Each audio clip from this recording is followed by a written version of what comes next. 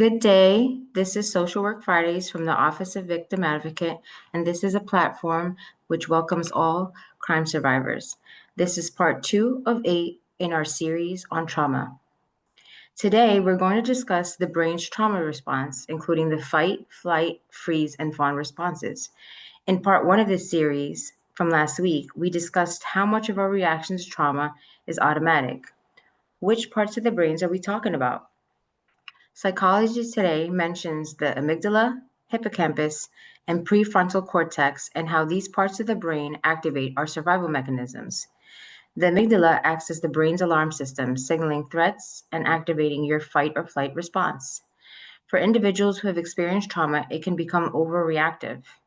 Psychology Today also notes that the hippocampus forms and organizes memories. Trauma can distort these memories, making it difficult to recall these events. The American Psychological Association discusses the importance of the prefrontal cortex and its role in our decision-making and emotional regulation.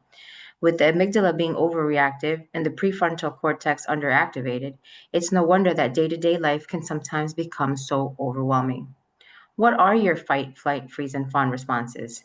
I once co-facilitated a group discussing these varying responses, and the general consensus from the group was, well, it depends. These responses are automatic and instantaneous. What we do in the face of a traumatic event or danger happens so quickly that we aren't even aware our body processes the situation that fast.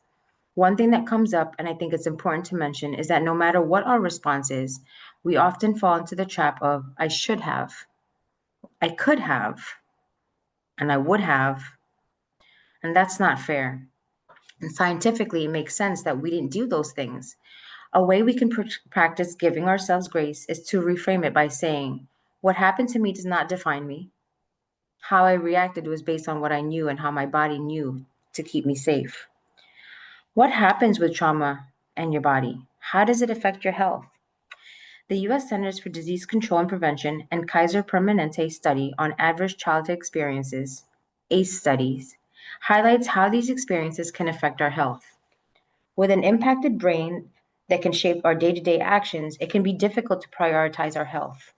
According to SAMHSA, Substance Abuse and Mental Health Services Administration, traumatic experiences are associated with behavioral health and chronic physical health condition.